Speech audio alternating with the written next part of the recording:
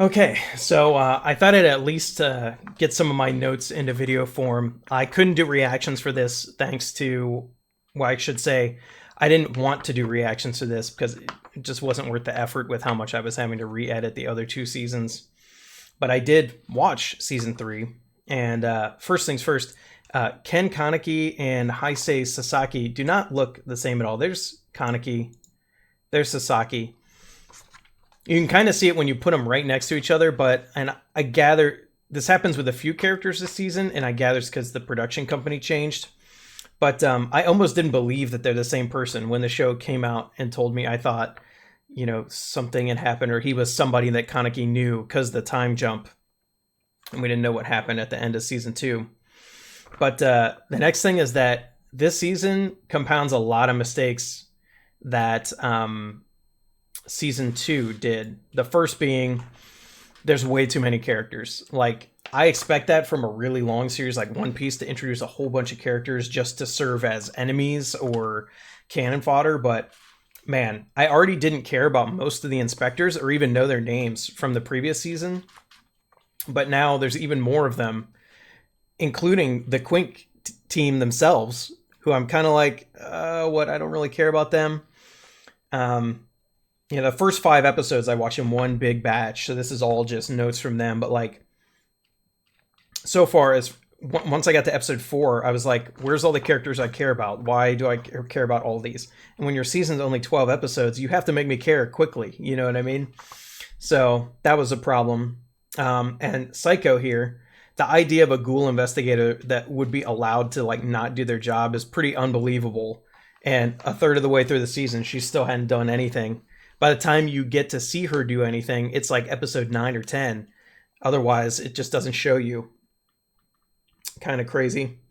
I did think it's a little cringe that, of course, the more Bishi style characters, Juzo and Mutsuki, of course, the ones that got sent in undercover to the auction as women.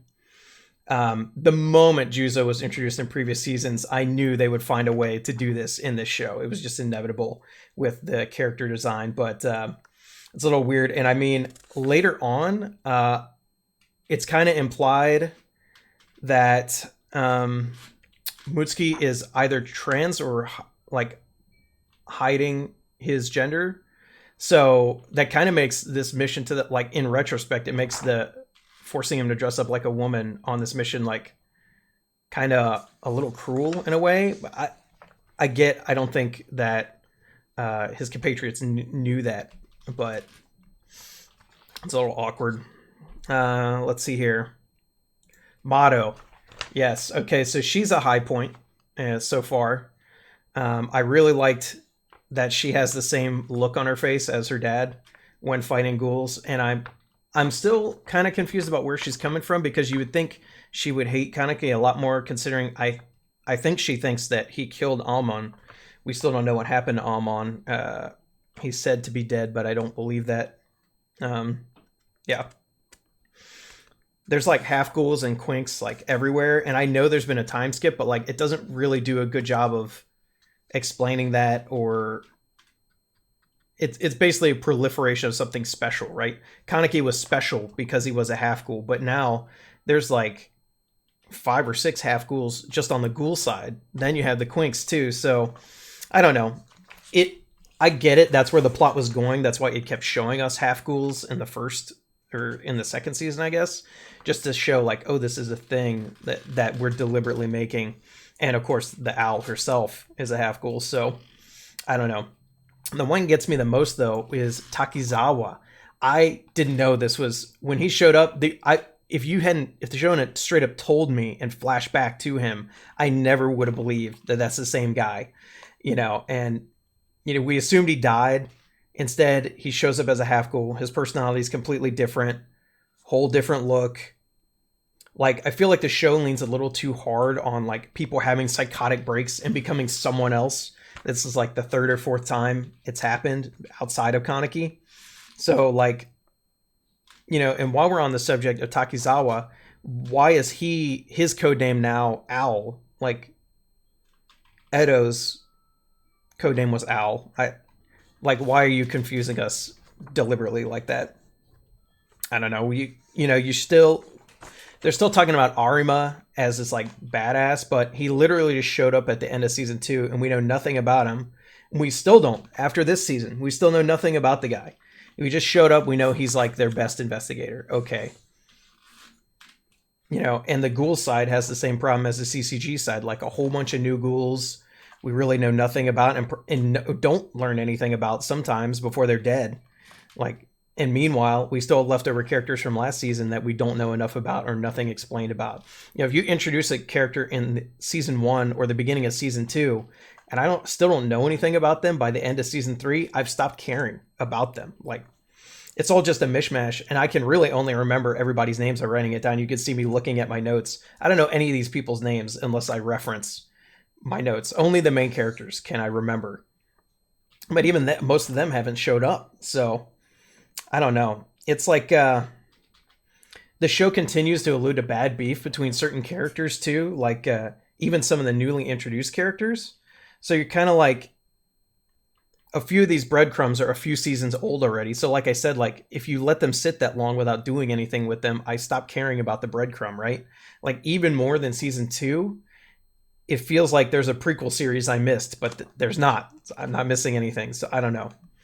And I do like the internal dialogues between Kaneki and Sasuke. I think that's really well done. And like kind of exploring the boundary of like what each character is about and how their identity is made. I like that. But the anime did shoot itself in the foot here because, as you all have told me in the comments, season 2 is not canon. It's not for the manga. It's completely its own thing. But that, to me, that means like from the anime only perspective, this torture scene isn't where Sasuke was born and Kaneki died. Because there was a whole season after that where he was still Kaneki, you know what I mean? So the raid on Anteku is where Kaneki died now. Like, I like the idea of amnesic Kaneki, but the anime kind of botched it, like bungled it, because there's this disconnect in the timing between when that actually happened and when he actually became a different person. So maybe we'll see more in season 4, but like if you make me wait a whole season, once again, I'm kind of like, oh, where was that going? Where'd that come from? Now I started more notes from actually like episode by episode. So we had episode 6. Oh man, Hinami being with Aogiri is just too cruel. I really don't want something bad to happen. All I want for her to be safe and to not get involved. And of course, we come back from the time skip. She's with freaking Aogiri. And we see like a lot of ghouls seem to become cannibals as well, because if I'm not mistaken, this show seems to be saying that's how they develop like the armor type of Kagenes, and there's a few ghouls now with that, not just Kaneki.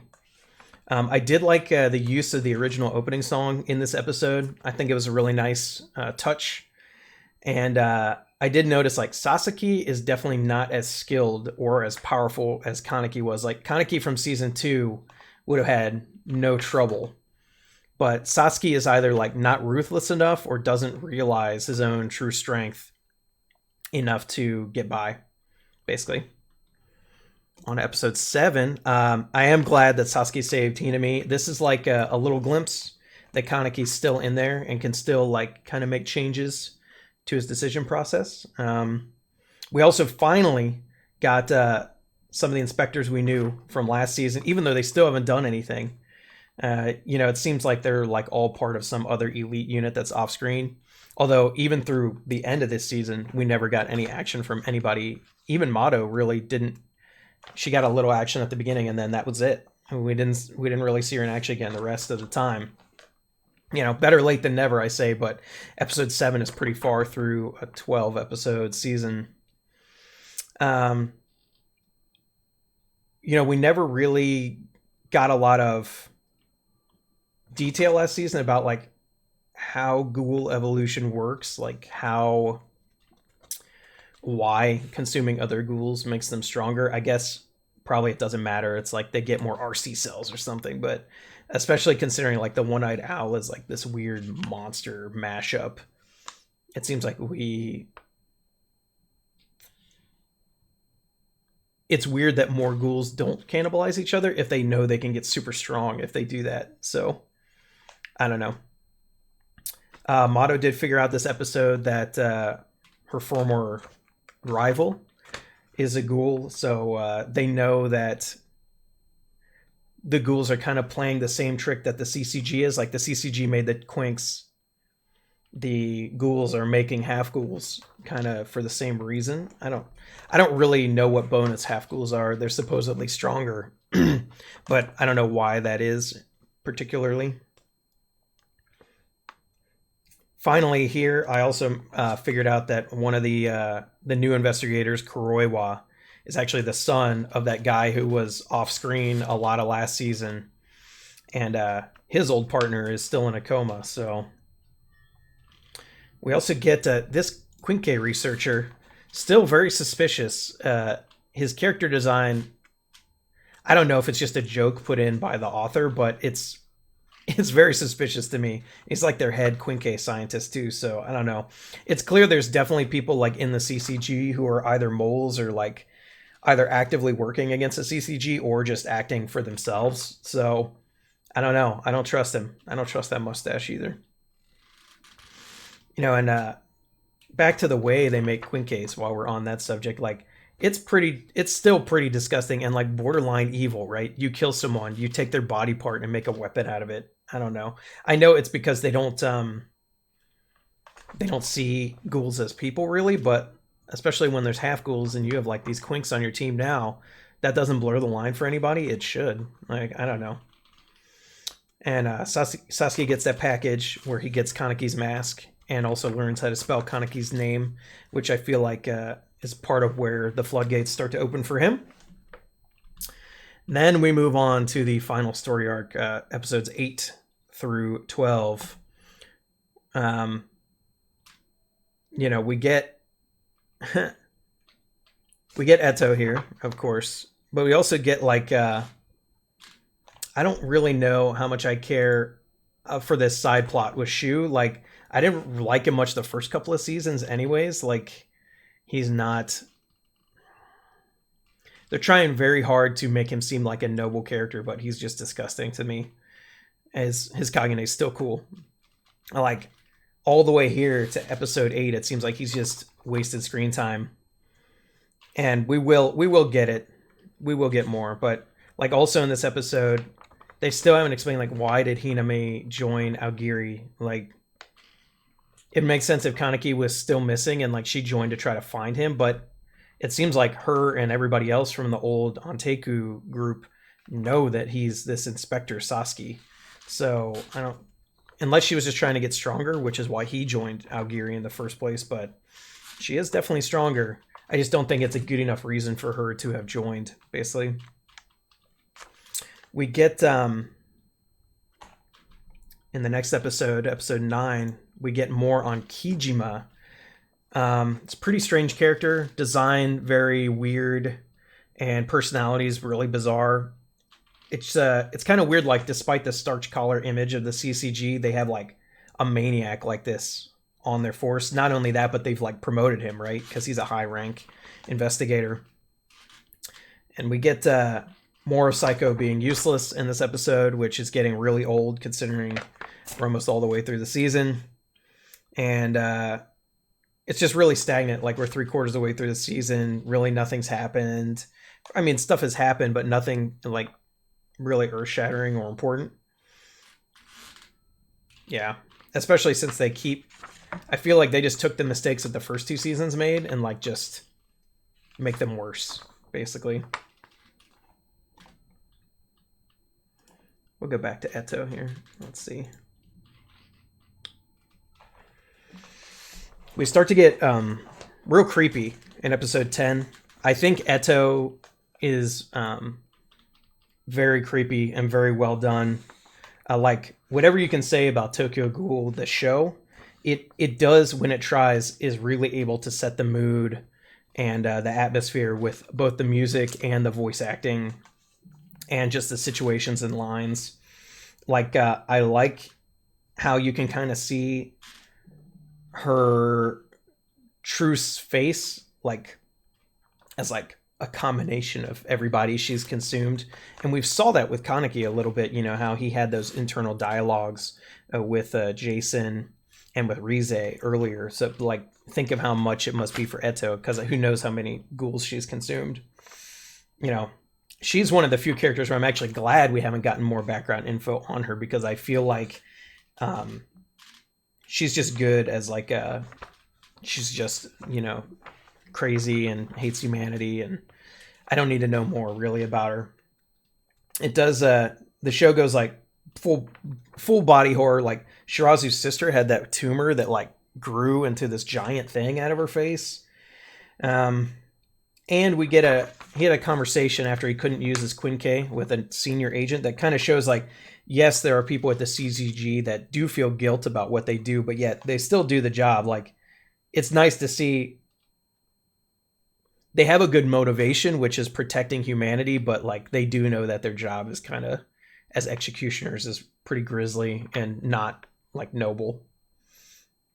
I don't know. They said Almon's dead here. This is when they did that reveal. I don't believe it for a second until we actually see his death scene. I don't believe someone's dead until they're in a body bag with like their head cut off in this series, basically. Also, like Yoshimura was kidnapped by his daughter at the end of last season. We haven't seen him at all. Like, we went a whole season and we don't even know why she kidnapped him. It's kind of crazy. Ooh, they did show us in this episode the CC's, like the guy who's at the head, not the CCG chief, but his boss. But like, they showed him us really casually, like, if his face wasn't important, why did you hide his face from us last season? Like it was some big mystery. I don't understand how that was framed. I do like the parallels here of the Tsukiyami family, like falling on the sword to try to rescue Shu. You know, comparing that with the Anteku gang. It's just that, like, they did the same thing for Toka, but I cared more about them, so it was more impactful, you know what I mean? Rosewald getting tortured by Eto and, like, kind of reprogrammed, that's grisly. I do like, the show comes into its own when it, like, kind of embraces the horror aspects of the show. I do like that a lot. This is a good scene, and the show's really leaning on it, which I think it should. It's good.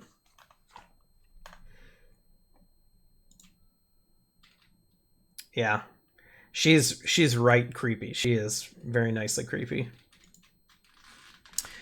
We get Shu here, finally kind of realizing his responsibility level, and seeing all these ghouls die for him feels really unfair. Because maybe it's because I didn't like his character at first, anyways. I feel like he's not worth dying for, but it is still kind of touching, like the level of reverence and like a dedication that the family members have for him.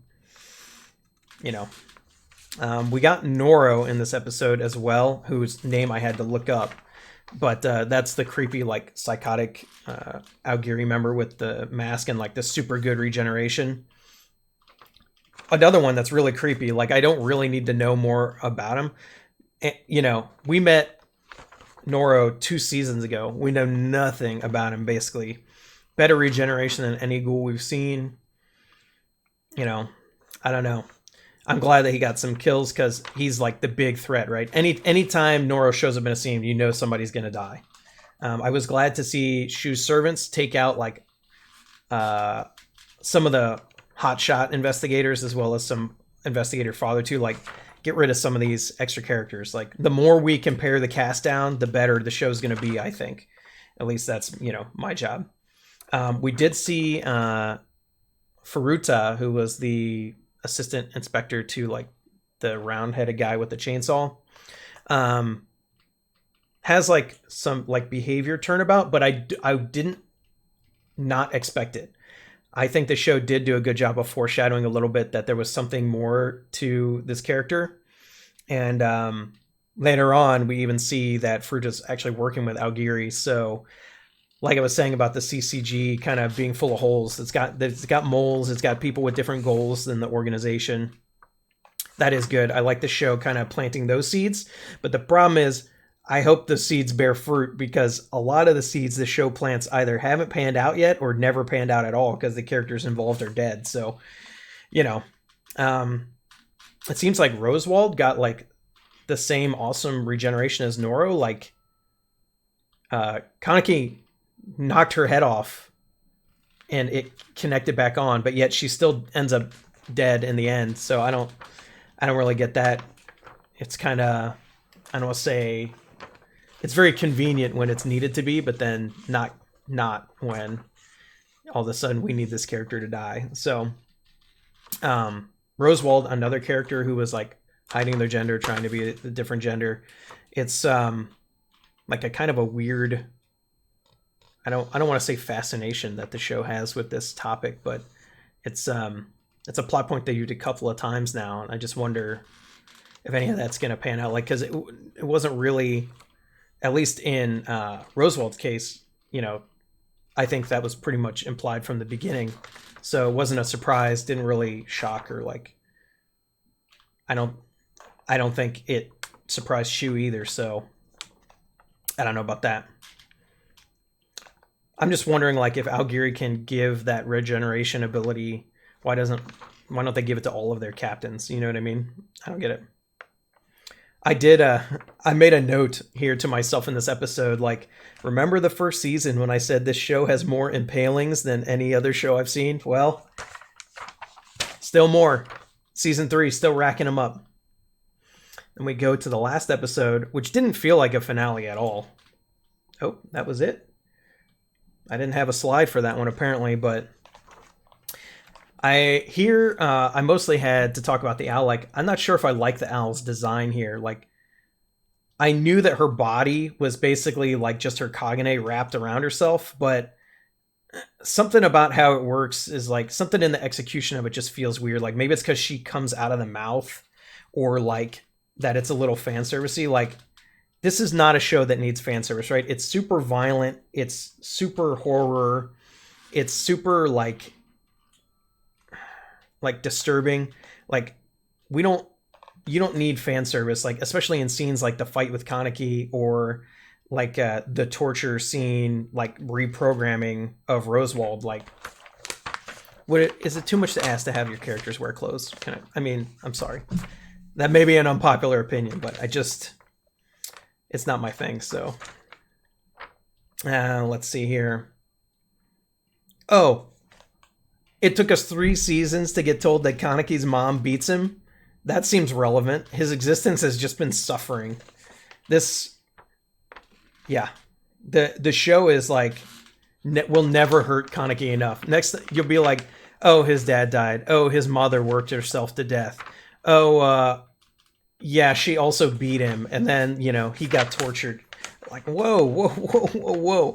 I get it. This is a horror show / manga, but, you know, I feel like once I finally finish season 4, can actually go and read the manga, I feel like I'm going to learn so much more information, and it's going to be so much worse. But anyways, I do like the way they continue to portray Kaneki's like dual personality here.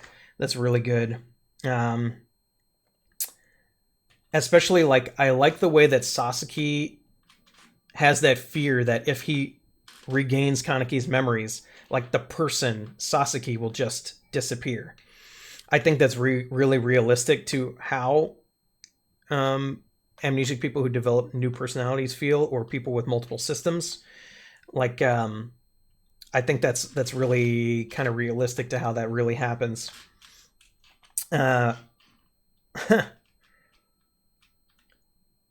They did give us some backstory on Noro, which actually confused me more, because it seems like Nora was the one that Eto was entrusted to when she was a baby, but he wasn't. He was very different then, right? He like had a personality, spoke, like seemed like a normal person, and now he really doesn't. I'd like to see what happened there, like in between the two places. Once again, there's room for where a prequel story could be. But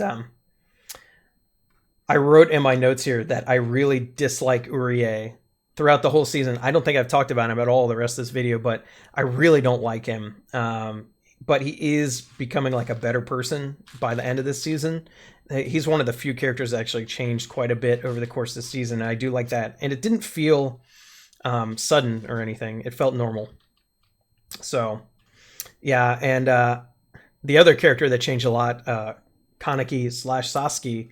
Like, I don't know if I like the new Kaneki that's here at the end. I don't, that nice kid we started the show with really seems like he's gone, and I don't. It's a little tragic. I don't know what's going to happen the next season, but I'll be back to share some thoughts about it once I've watched it.